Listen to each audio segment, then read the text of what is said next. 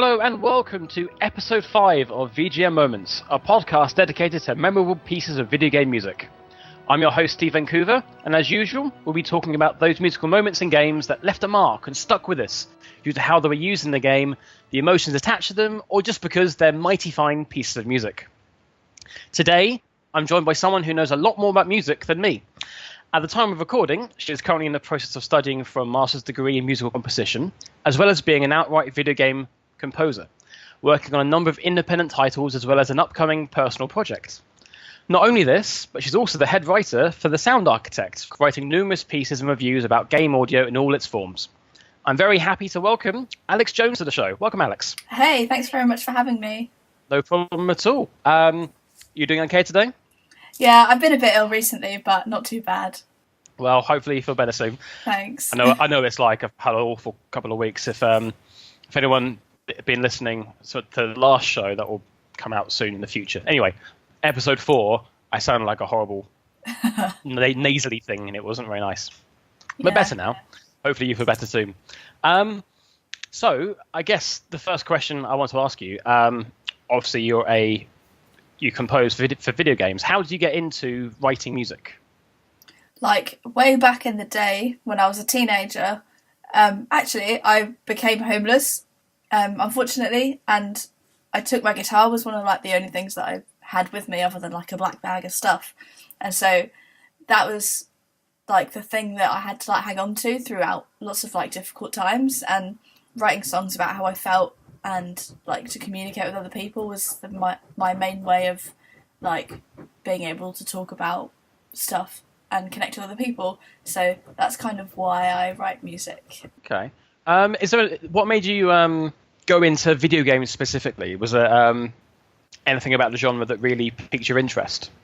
Well, I always played video games growing up, and they're also quite a good like coping mechanism when you're going through quite tough things. Like my mum, when I was younger, had cancer, so when she was going through chemotherapy, she used to always take like her Game Boy and play Tetris.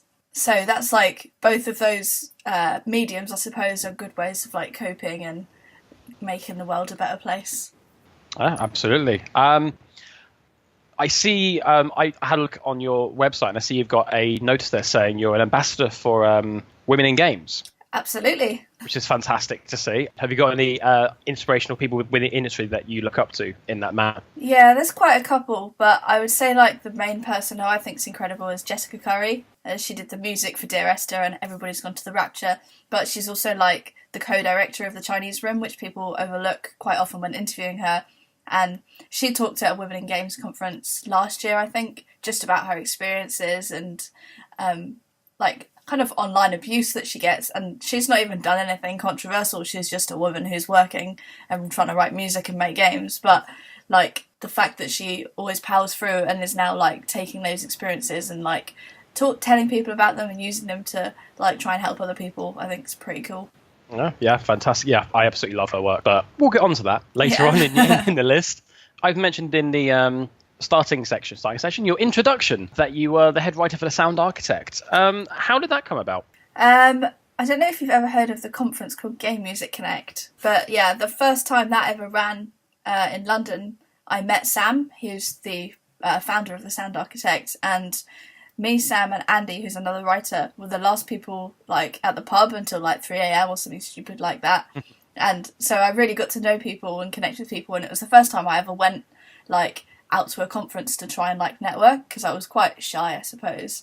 And Sure. He got talking about that kind of thing and eventually asked us if we wanted to like write and be interested in like getting games and reviewing them, and it kind of all started from there.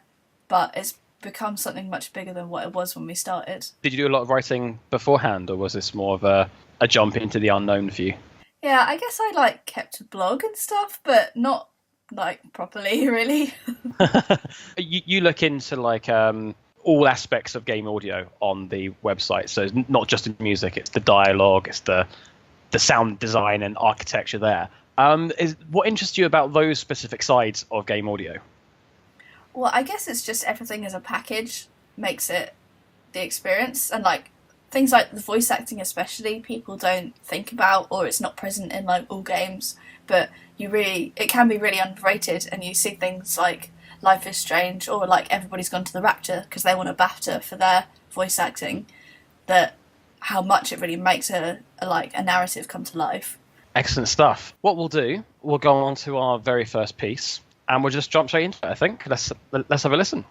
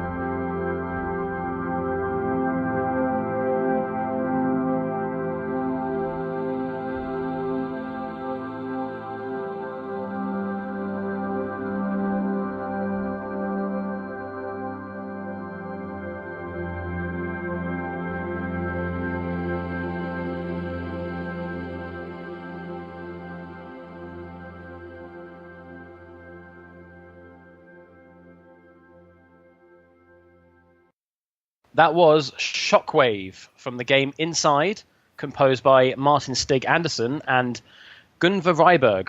Alyx, can you tell me a little bit about why this is one of your first pieces? Well, Martin Stig Andersen is like literally one of my favourite composers because he's so experimental and he does kind of slightly wacky things. Like the soundtrack for Inside was played through a human skull and then recorded again and then like filtered. Yeah, I mean the games that Playdead make are kind of do explore like mortality quite a lot, so I think it's probably to do with that aspect of the games, like within the musical score. So, can you tell me a little bit about the piece of music and the moment it's used in the game? Yeah, so it's when you're a tiny little boy and you're running along these like platforms, and there's these big shockwaves coming at you, and you've got to hide behind like I don't know, pillars. So it's in time with like the music, and so you're almost having to avoid the music as part of the game. So it's quite an interesting use of that as a game mechanic, and the game actually also uses this like musical sequence that is played in certain parts that actually unlocks a secret ending if you remember it, and you can like replay it, which is quite original. I think I've not seen it in any of the games where like music and sound design are used like so heavily as a mechanic of play. Yeah, the music for this piece, it's really, there's like an underlying thrust and force behind it every time you get the pulse that tries to knock you off the screen, and it really it sort of creeps up on you. It's got like little hidden layers in there as well, which is quite nice.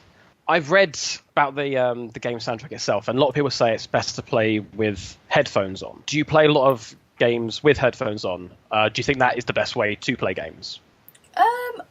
I don't know. I play VR stuff with headphones because that definitely makes sense because you want the outside sound blocked out. But I actually play quite a lot through my TV, which is probably not the best sound system. But it's like really convenient, and it means that I can talk to other people in the room or like talk to my dog and stuff without being like isolated. So yeah, I don't know. It depends. Okay, that's fair enough. Yeah, I'm not a big headphone user myself. They get very warm. Yeah. What did you think of the ending of Inside? Because that is that is definitely a moment. Yeah, it's like when the first ending, not the secret ending, when you just end up on the shore as this massive ball of bodies, like, what just happened? What does this mean? And it makes you go back over like the last few hours and really like think about everything that's happened. And then you start to get this, the more you think about it, the narrative of like how you're controlling the player in a tank, and it's like a statement about games. It's deep.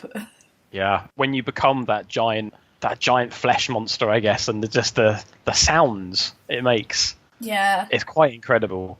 What did you think of the other audio within the game itself, the non-music part, I guess? Yeah, I think the dogs was something that really stood out to me, and I got torn apart by them quite a few times as well, and each time it was equally terrifying, so I'm still like, don't get me. Yeah, my dog actually like barked at the TV, so I don't know what they used in the sounds, but it was pretty good.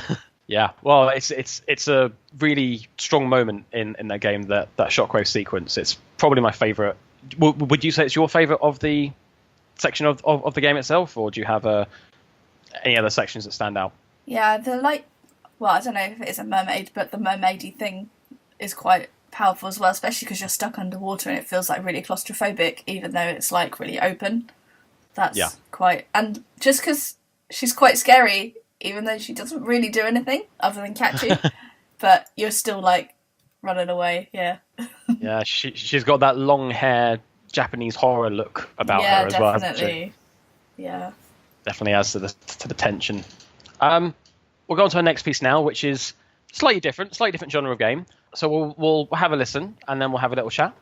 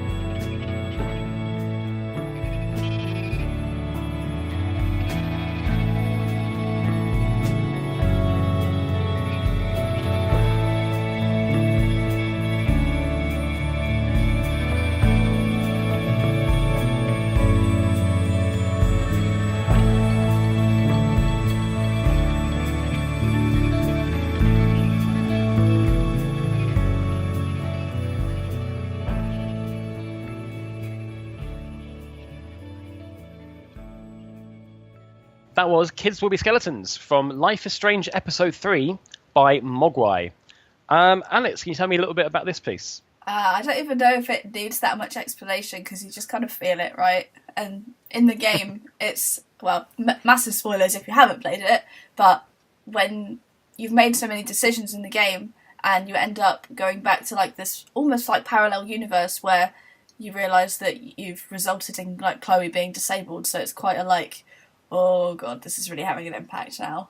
Yeah, it's got this soothing and haunting quality about it, really, hasn't it? It's both meant to be like calm, serene area that you're going through, the sunset's going down, but you're also in that tension, like things have changed. Oh, but is Chloe okay? Is Chloe okay? And then when you get the scene with the whale when you go past is a thing, that's when it really ramps up. Yeah, the whole game's quite intense. Like, I really liked it. I don't know if there's any other games. I guess, like, Braid kind of uses it, but not in the same way. It's more of a, like, really specific actions. Like, if you jump, you need to reverse your jump in a certain way. Whereas, like, Life is Strange is really, really narrative and decision-based. Are you a fan of this sort of alternative indie guitar music? Yeah, it's a very, like, high school teenage thing, isn't it? Yeah. That feeling. It's kind of like shoegazy, but like a bit rock in some places with Chloe's music as well. But I actually I'm not I don't tend to be a fan of games that use licensed music, but this game is one that did it really well. Yeah. Did you play it all at once, or did you play it per episode? I think I played like the first 3 basically one after the other, and then had to wait for the next bit. How was that? How do you find it? Do you play a lot of episodic games? I played the Minecraft Telltale series. That was interesting.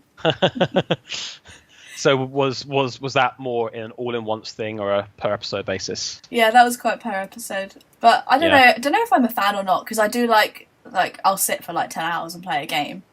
But sure. I guess it, like, in the same way that TV episodes are effective, I guess having games like builds that like hype around it every week or month or whatever, so like the fans keep coming back for it, I guess. Yeah. Well, it's, as I said, it's an excellent piece, and the next piece sort of has a similar tone to it. Yeah, well, we'll have a listen. There are similarities, I think, with this piece. Let's have a listen, and then we'll see why you chose this for your list.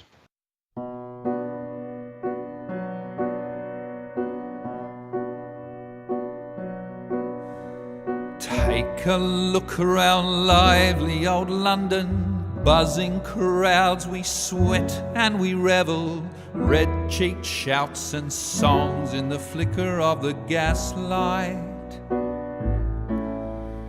Eager blighty bursts from the cobblestones, racing, climbing, blooming fertility, born from secret seeds that are scattered in the night time.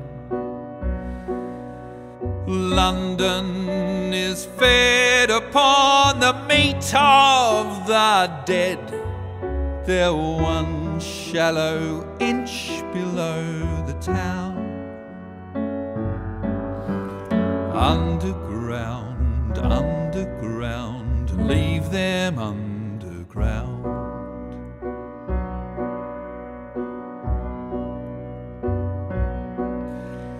Them that whispered dreams that only poisoned us, them that told us lies of their bravery, them that preached of progress and put us in the poorhouse, them done horrid murder on bloody stages, them that loudly crowed their humility, lords and dames that sung in the chapels on a Sunday. All quiet now, their mouths are stopped up by mud. They lie flung in rags and make no sound. Underground, underground, leave them underground.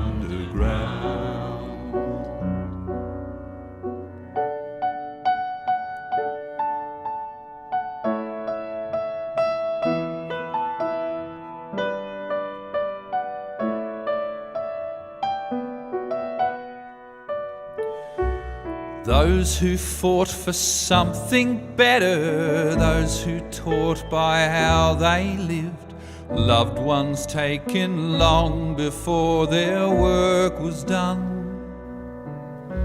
Underground, underground, leave them underground. Underground, underground, leave them underground. Underground, underground, leave them underground. Underground, underground, leave them underground.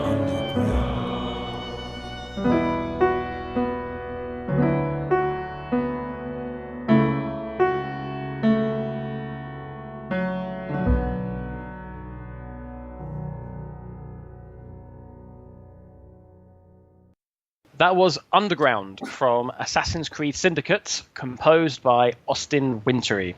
Alyx, could you tell me a little bit about this piece and why you chose it as one of your VGM moments? Well, I absolutely adore Austin Wintory anyway, and I was really lucky to get to interview him, actually, for the Sound Architect.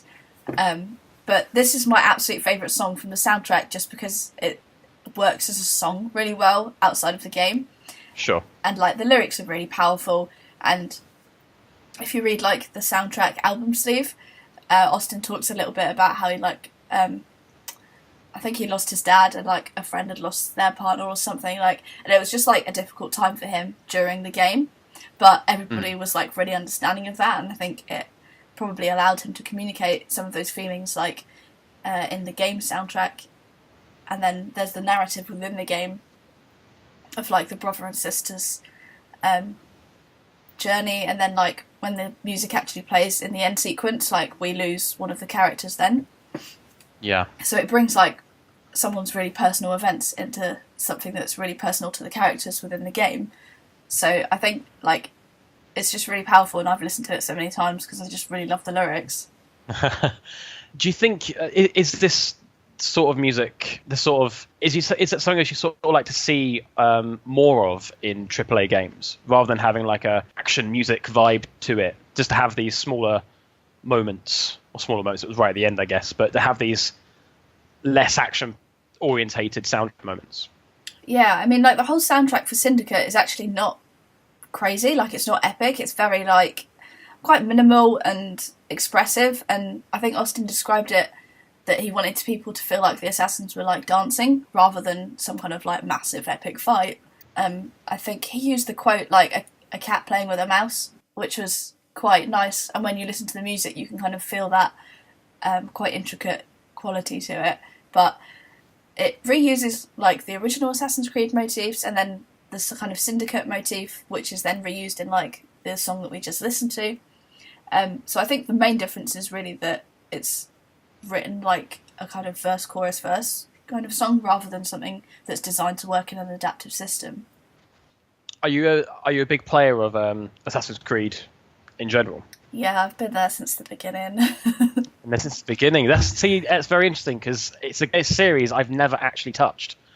So, from a fan to someone who's never played the game, could you tell me a little bit about why you like Assassin's Creed so much?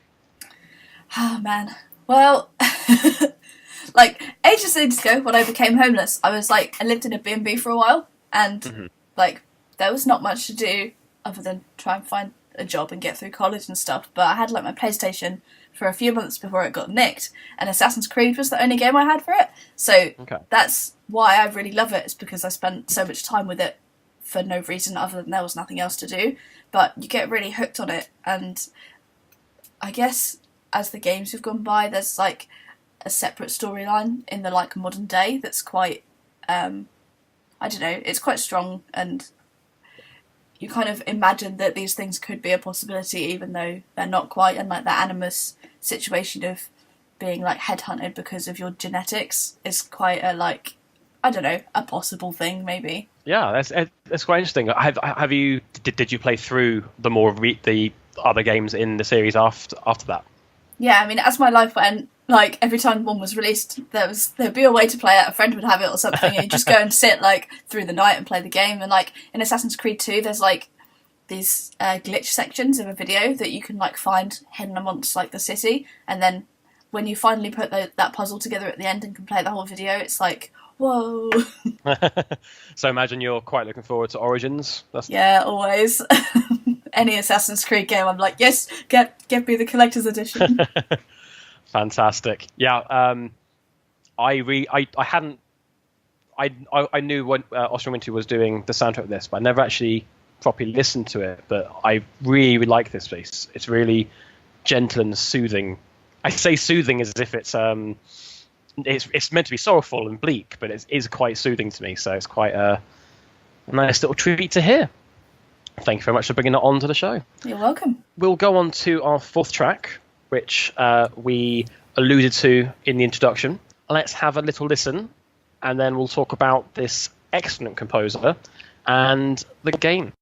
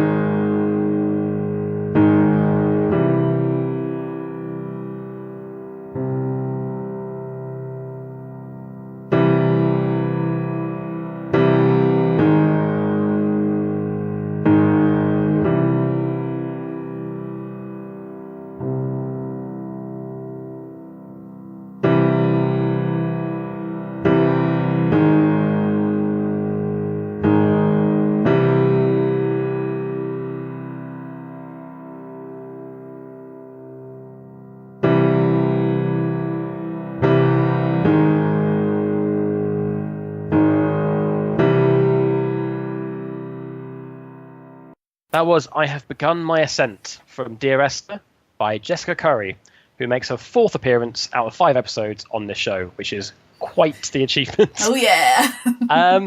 Could you tell me a little bit about this piece, Alyx? I'm not sure the exact moment that it plays in the game, but I always associate the kind of like motif that gets reused with the final moment when you get to like the top of this lighthouse and then you kind of like fly off the edge of it and there's all the like lanterns, like candles in the sea.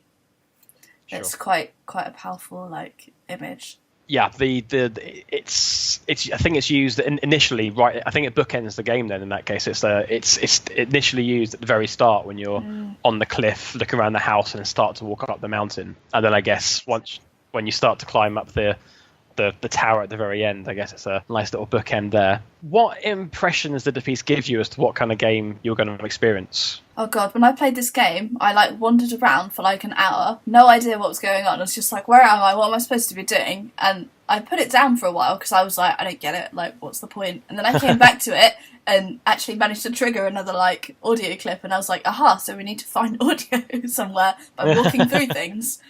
Like, it was the first time I played any game like that. Whereas, like, now, I would be like, yeah, that's just the genre of game, it's fine. But I didn't, like, know what to expect from the game, and I didn't have any idea what it was about. And I think maybe there are points in the game where people get, like, different voice clips, maybe.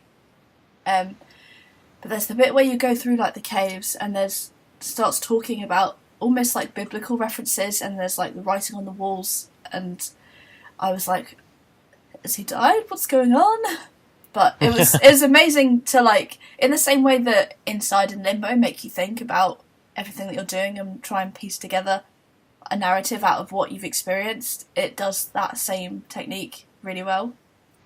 Yeah, I think it creates an atmosphere perfect for the game, and it sort of draws you into the bleak island. I say bleak again. I'm really a fan of bleak today. The really, like, it's an overcast grey island, and that piece really works to, like, right, I'm situated on this island. This is where I am. But obviously, you experienced it on the other side. You remember it mainly from going up the tower at the end. So, how do you think it worked in that sense for you? I don't know. Like, I guess you just remember points in the game where you felt something, and like I always remember the music, but not specifically which bit of music. I just remember how it made me feel. And I guess that's the way with lots of soundtracks. And then when you re-listen to it, you then have those same feelings again. And so, like, they did Dear Esther live at the Barbican here. I think it was maybe last year. But it was quite recent anyway. And they played through the whole game again. And there's obviously certain parts where you feel the same again because you're rediscovering those things that you first like encountered, but it's also someone else playing the game, so it's a totally different playthrough. And you also have all the music live, like in front of you, so you get those little parts and like vocal melodies and the cello bits, and evokes almost like emotions from a different part in the game into where you are now. Mm-hmm. But it's a really interesting thing when they bring video game music into a live setting, I think.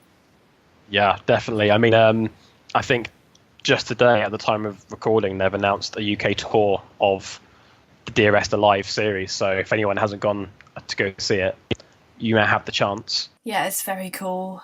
Do you feel that that type of concert that can be used for games as like a playthrough, do you think that's the way forward for video game concerts now, or just does it only really work for very specific ones, do you think?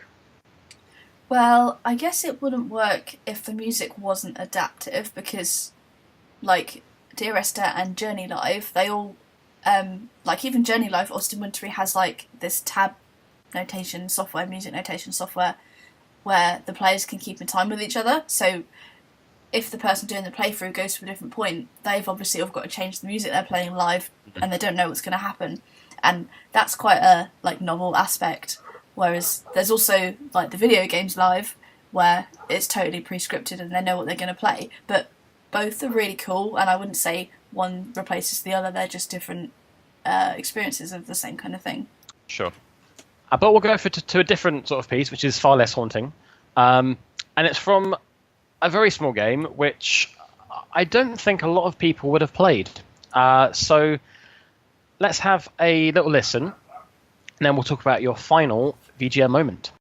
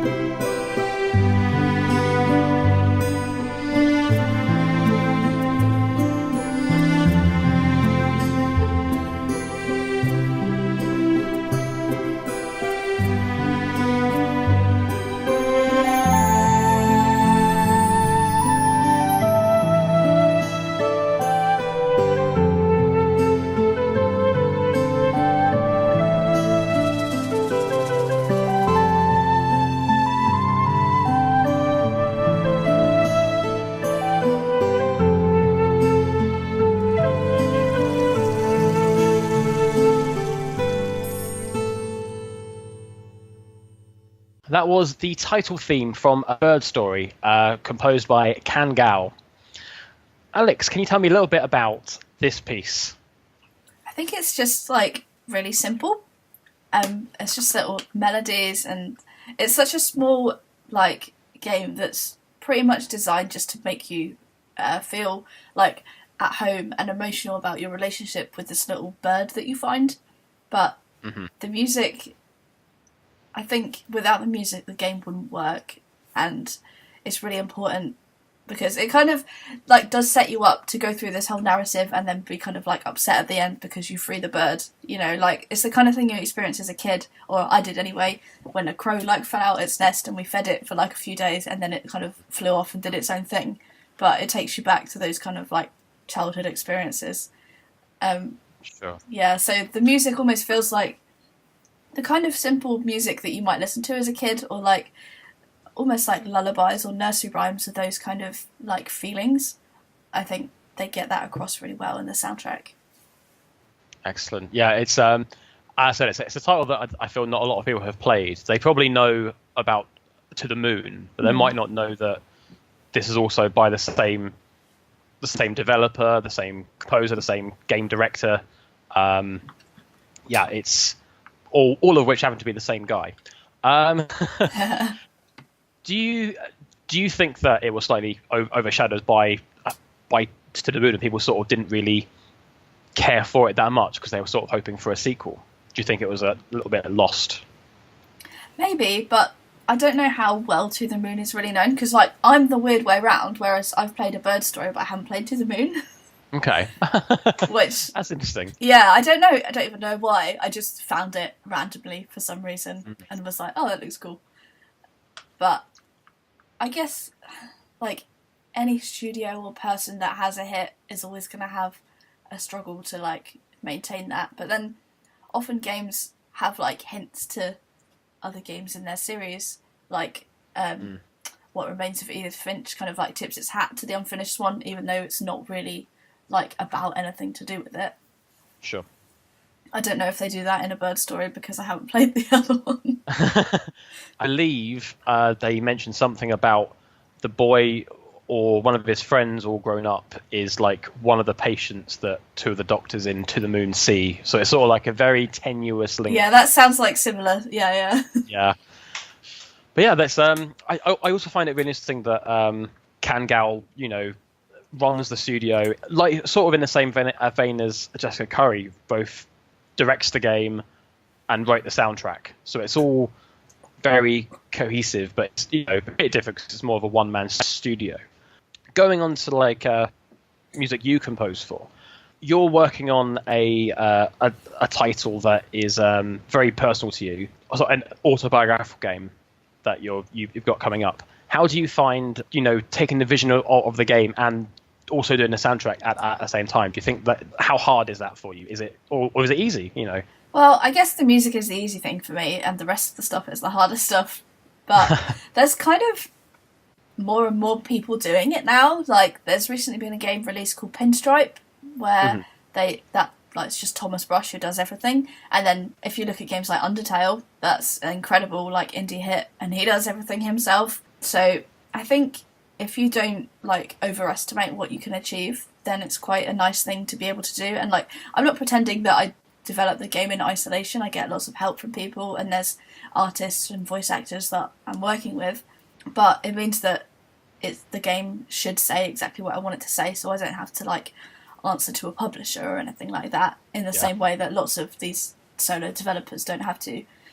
And it means that you do have control over every aspect. So artistically, everything should make perfect sense, because you don't really have to communicate with anyone in the sense of what the game's going to be, because you already know how it felt to go through those things. So you could write the music about that, design your models about that, and make the game mechanics fit that story. Yeah, that sounds fantastic. I look forward to seeing what you do with that, because that seems to be quite very interesting project. Because I think you see a lot of people doing the one-person projects, but they don't seem to be about very personal things, or the ones that get popular don't seem to be about very personal things. So I'm very interested to see how the music and game come out. So looking forward to seeing that. All the games, the tracks you've picked on this list, they seem to have a soothing nature to them. Does that represent your overall taste in video game music? Or music in general. Do you think Martin Stig Anderson was soothing? It's kind of soothing. It's sort of it's got a drone-like quality. So it's sort of, to me anyway, it's got sort of you can listen along to it and not be too put off by it. If you know what I mean. There's nothing there that sort of jumps at you after the first. So yeah. Do you think that sort of thing represents your overall taste? Well, I mean, yeah, sure. They're all soundtracks that I really like, and I'm not a big fan of bombastic kind of music soundtracks. I think obviously they suit the games that they're designed for really well, but they're not necessarily the kind of games that I want to play. But then that's not to say that I don't play Call of Duty and stuff like that, and I do, and there's one specifically because Trent Reznor did the soundtrack, so that's again, I'm kind of playing that game because it's the music that I like, so it has that weird influence over everything. Do you sort of find the games easier? The ones you've picked are more pieces from narrative-driven titles, which I guess can have more control over what sort of music they want. Do you think those games are easier to relate to, thus the music being able to speak to you more easily? Do you think that's a contributing factor? Maybe. There's games like No Man's Sky that kind of have no narrative whatsoever, but the music I don't think is that dissimilar from my general taste. On this playlist, 65 Days of Static are kind of a bit mogwai, maybe. Okay, so it sounds like you sort of obviously you like your others as well, but it seems like the pieces that get to you, or pieces that really make a mark, are things where you're sort of allowed to be in the area. Yeah, I would say I quite like pieces that shape your emotions and really evoke a specific feeling, but it's never over the top. It's kind of an atmospheric layer rather than kind of, I don't know how to say it. I don't know. It's not in your face. Yeah. And I guess that's sort of if what you say is correct, because all your pieces as well come from within the past 5 years. So do you think a lot of steps have been made in video game music in the past 5 years that make you relate to the pieces more? That's interesting. I don't know what the answer to that is, because there's lots of game soundtracks that I love from older games as well, but I guess I don't listen to them very often now. For example, the original Harry Potter PlayStation game, I adore the music for that so much, and every time you hear it, you're just taken instantly back to your childhood and running around Hogwarts. But that soundtrack was nothing to do with the film soundtracks. It has its own game kind of sound, so it only I only associate it with that game rather than the books or the films, which is quite interesting. I would say obviously game music nowadays is pretty much at the standard of like any other music. We're not limited so much like we were back in the day, and in fact we can do more cool things like generative music systems that, like No Man's Sky, that maybe can take us somewhere more interesting. Well, they've been 5 excellent selections, and I've enjoyed listening to every single one of them. As I said, for me, they're very soothing, even the attacky bits of inside. Thank you so much for joining me, Alyx. It's been a great time talking about these games and wonderful piece of music. Is there anything you'd like to tell the audience about maybe Twitter handles or projects upcoming? Oh, I don't know. Probably not. You can follow me on Twitter. It's at Alyx Jones, but Alyx is spelled Ayx, and there's an underscore between my names. Excellent. So yeah, thank you very much, Alyx, for joining me, and thank you very much for listening. As Alyx, we have a Twitter at VGM_moments. We're also on Facebook, YouTube, and iTunes, and hopefully you'll join me next time for some more video game moments. Thank you very much for joining us, and I'll see you next time.